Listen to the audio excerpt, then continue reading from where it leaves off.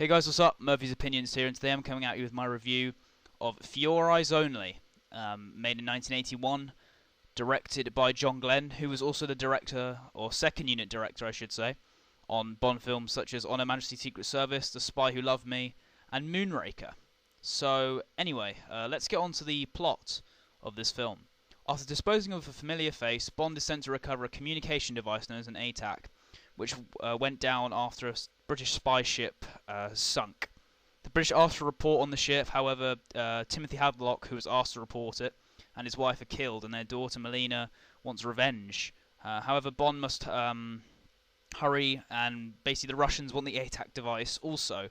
And on his travels he meets Melina, and Bond encounters two men, Aristotle Christatos and Milos Colombo. And both are accusing each other of having links with the Russians. Bond must try and find out who to believe and who his ally is and who his enemy is, and retrieve the ATAC before it falls into the wrong hands. So anyway, so let's get on to the cast of the film now.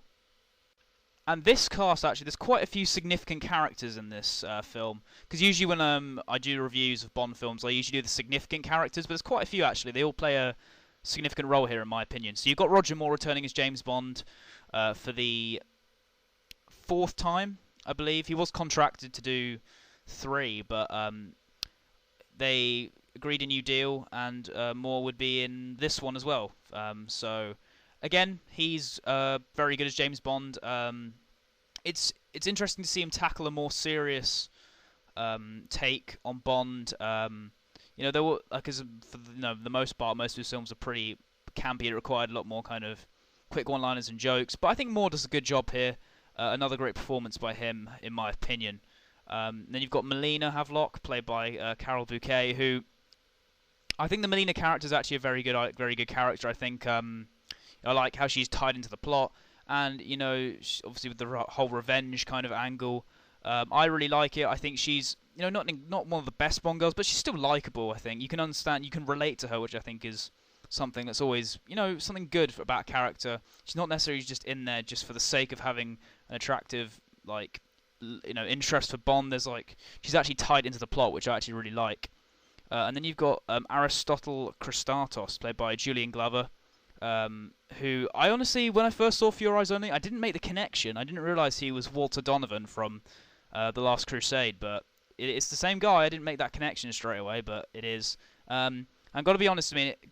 I mean, Julian Glover doesn't act badly in this role. It's not like he's, not convincing in the role. He is. It's just, unfortunately, when it comes to kind of more realistic Bond villains, they can become boring, I think. And unfortunately, Christatos is one of those characters. There's not much about him that's that interesting, and he's just not.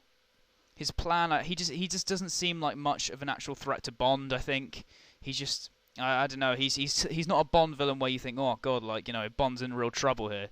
It just, he's just not any threat to him at all.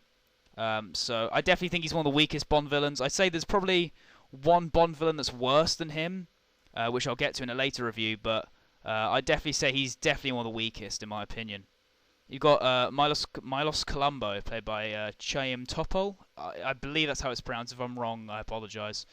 He's really cool. He's a really kind of likable Bond ally, I guess. He's just so kind of. He seems like the kind of guy you just want to hang out with. He just seems really cool, and just such a really likable character. As I said, I really like him in this film. He's a great kind of ally of Bond. And you've also got another ally in Bond who's not in the film for that long, Luigi Ferreira, played by John Monero, or Moreno, I should say. He's just not that interesting. He doesn't really get that much time in the film. I think because of that, he doesn't really get much of a character. He's just pretty boring. So when he does die, it's just you're not that upset by it. It's just a bit kind of like, oh, I would have liked to have got to know him a bit more because he's not around anymore. But yeah, Luigi unfortunately is one of those Bond allies that's not so memorable. And then you've got Bibi Dahl, played by Lynn Holly Johnson, who is she's being sponsored by Christatos. She's like a ice skating prodigy, I believe. She's very annoying, which I think a lot of people have said, but I think that's kind of the point. of the character, and I think that's what she actually like is very good at, being annoying. So I wouldn't say BB's one of like the best characters in the series. She's far from it, but I do think the angle they were trying to go for this character, I think Lynn Holly Johnson actually does pretty well with it. And then also you've got Liesel von Schlaf, I believe she's called, which is basically Columbo's mistress, played by Cassandra Harris. She's actually a really cool character. She's very interesting as well. I think it would have been interesting to have her get more time on screen, because I think she's just such a good character, but unfortunately she's killed off, which is a real shame, because I think, as I said, she seemed really likable and really cool, and just a character that could have maybe been explored a bit more. And then we go on to some of the henchmen. We've got Eric Kriegler, played by John Vyman. He's that classic kind of ripped Bond henchman, and we'd see it later on down the line, and we'd seen it before. He's alright. I mean, I think there are a couple of Bond henchmen that similar to Grant, where in the sense of like, but unfortunately he's just not that interesting. And the same goes for Emil Locke, played by Matthew Gothard. I think what makes Emil Locke not that interesting is he doesn't speak, and it can work. You've seen the likes of Mr. Hinks from Spectre, which I'll talk about later. You've got the likes of Oddjob as well, and Jaws, and until the last bit of Moonraker, where they don't speak, and that can actually make a character quite intimidating. But Emil Locke is not a kind of intimidating physical threat to Bond. So the fact that he doesn't speak just makes him seem really boring, in my opinion.